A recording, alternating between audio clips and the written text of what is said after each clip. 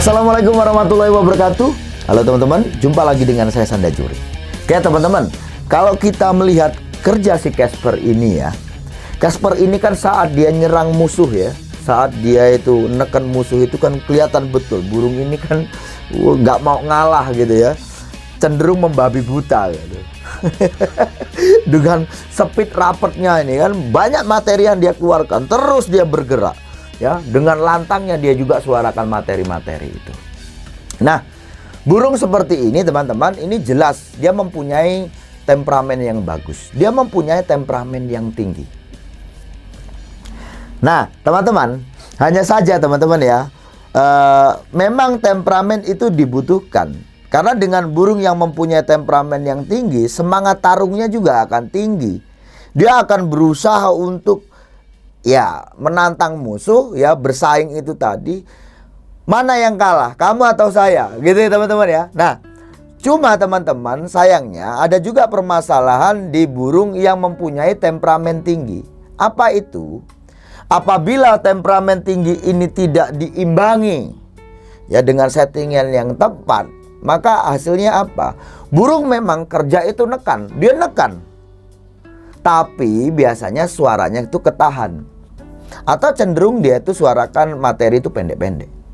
Nah, kalau kita lihat si Casper saat dia main ya, dia nyerang itu kan, itu enak, banyak materi yang dia keluarkan, pendek-pendek panjang, pendek-pendek panjang ya, terus dia speed rapat, perpindahan suara ke A, B, C, D itu ke cepat gitu loh teman-teman ya, variasinya banyak materi yang dia keluarkan. Nah, tentu saja berarti kan di sini Haji EJ bisa menemukan set yang tepat untuk si Casper ini. Teman-teman, saat saya mengobrol sama JJ ya, di situ saya menanyakan, Pak Haji, sampai menemukan ini settingan yang tepat, ini kan pasti ya Pak JJ pasti meraba-raba tadinya. Bagaimana sih bisa menemukan titik enaknya di burung ini? Ya, jelas kalau burung ini teman-teman ya, mau di setting asal pun burung seperti Casper ini dia tetap kerja. Tapi ya itu tadi, kerjanya enak atau enggak gitu ya. Nah, menurut Pak JJ itu menemukan di 6 bulan ya. Pak JJ merawat selama 6 bulan baru ketemu ya, diraba-raba bagaimana sih enaknya, bagaimana enaknya itu dicari. Akhirnya Pak JJ itu menemukan, selain di settingan ya rawatan harian itu kan, entah itu pola makan, juga treatmentnya mandi teman-teman. Setiap hari Pak Haji itu memberikan mandi pada Casper. Nah, mandi pada Casper itu seperti mana yang sering aku bahas teman-teman ya, bahwa kalau kita sudah punya burung yang enak ya, berikanlah mandi yang sifatnya untuk menstabilkan. Kita berikan mandi sore. Pak Haji juga memberikan mandi sore pada Casper. Nah, ini kan Casper hariannya di umbaran. Jadi kan pertanyaannya lah, burung kan di umbaran mas. Lah burung apa nggak mandi di umbaran? Biasanya kan umumnya orang mandinya di umbaran gitu ya. Jadi si Casper ini tidak mandi dalam umbaran. Kalau pagi nih ya, Casper ini setelah dijemur ya, nanti dimasukkan ke umbaran pagi itu ya, di umbaran. Nanti sampai sore. Nah, setelah sore baru nanti dimasukkan ke ke sangkarnya lagi ya, baru nanti dimasukkan ke keramba. Memang agak ribet. Kenapa HJJ seperti itu? Jadi saya juga kan tanya, kenapa HJJ seperti itu? Karena memang tempat umbaran dengan keramba itu memang beda gitu loh teman-teman ya. Ya saya nggak akan bicarakan di sini di mana tempatnya ya, tapi gambaran saja bahwa tempatnya memang berbeda gitu. Nah, maka butuh proses seperti itu tadi. Setelah burung itu diumbar, masukkan di sangkar, baru nanti dimasukkan ke keramba, dia mandi.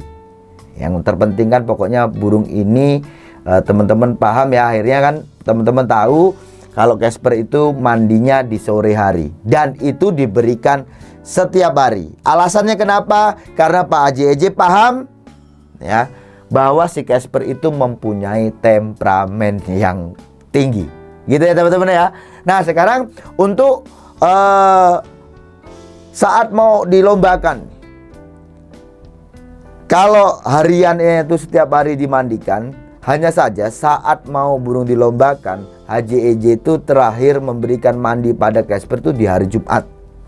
Jadi di hari Sabtu itu tidak mandi, gitu ya. Fokus di hari Sabtu itu burung beristirahat. Istirahat tuh burungnya, cuma kasih pakan aja, nggak boleh ada gangguan. Nah, nanti saat dilombakan, jadi ini nggak mandi sampai hari H pun nggak mandi untuk naik gantang pertama. Mungkin Casper ini kan bisa main di 3 kelas ya teman-teman ya. Yang kelas pertama, jadi terakhir itu mandinya di hari Jumat. Sabtu nggak mandi, Minggu nggak mandi, burung dinaikkan. Naikkan nih, tarung dia ya. Nah, setelah nanti dia tarung, turun, nanti baru dimandikan di lokasi lomba itu. Kenapa? Pertanyaannya kenapa? Kok dimandikan di situ? Kenapa mandinya nggak di pagi hari aja? Kenapa mandinya harus menunggu setelah gantang? Oke teman-teman, jadi memang ya diperlukan juga ya teman-teman, di mana ada perubahan di sini supaya burung itu kan sifat setiap hari ini dimandikan itu kan untuk meredam. Suatu ketika memang ya dibutuhkan juga untuk waktu mungkin sehari ini untuk juga dia menaikkan, gitu ya, menaikkan. Kalau tidak dimandikan pasti dia akan naik, untuk emosi itu pasti akan naik ya. Karena ini sifatnya untuk dilombakan, is okay. Itu alasan HJJ ya.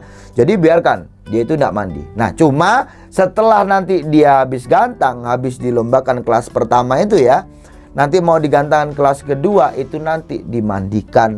Kenapa? Karena saat burung itu bertemu burung gitu ya, Casper ini kalau udah ketemu musuh, wah itu nanti dia pasti akan naik yang namanya emosi. Itu normal.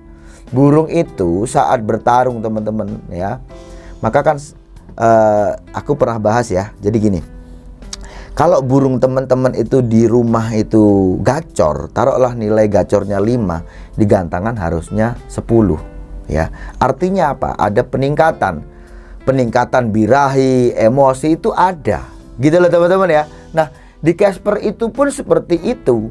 Jadi saat dia bertemu ya, sudah bertemu burung, dia pasti akan naik tuh emosi dia. Maka untuk meredamnya lagi supaya nanti tampilnya tetap enak, maka dimandikan. Ya, setelah gantang itu dimandikan, nanti dinaikkan lagi. Gitulah teman-teman ya. Dan Casper ini dia bisa main 3 kali. Pak JJ itu mengatakan pada saya, kasihan kalau Casper itu hanya main 1 kali. Ya, 1 kali itu kasihan. Kenapa? Biasanya kalau orang Jawa bilang itu blendrang. Apa teman-teman ya? Emosi itu masih dibawa sampai rumah.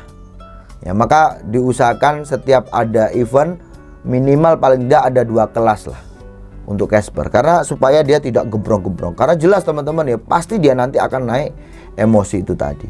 Nah, maka dengan mandi ini itu tadi sifatnya untuk meredam. Gitu ya teman-teman ya. Oke, jadi kesimpulannya begini teman-teman. Selain rawatan, pola makan, ini tadi memang kita juga harus imbangi ya burung kita. Maka perlunya teman-teman memahami karakter burung itu kan seperti itu. Burung oke ya, burung temperamen bagus itu pasti dia nyerang ya. Cuman kan kita juga harus amati. Kita harus cari di mana titik paling enak di burung kita. Nah, kalau kita melihat si Casper ini jelas enak ya. Dengan sulit teman-teman, dicari burung seperti Casper itu sulit. Di mana dia tuh nyerang, dia speed rapat, dia bongkar full power, durasi dapat ya, materi yang dikeluarkan banyak, dia juga bawakan beset dan tembakan panjang. Itu sulit, memang burung seperti itu sulit. Maka ya itu tadi. Ya ketemunya seperti itu, selain materi-materi bekal lomba ini kan, materi bekal lomba ini maksudnya apa teman-teman? Selain bukan materi suara loh ya, itu kan mencakupi. Jadi materi bekal lomba itu selain mentalnya, kesiapannya ya, terus materi lagunya, ya perlu juga kita harus menemukan di mana titik yang enak untuk burung kita main, karena itu adalah finishing. Gitu ya. Itu adalah finishingnya.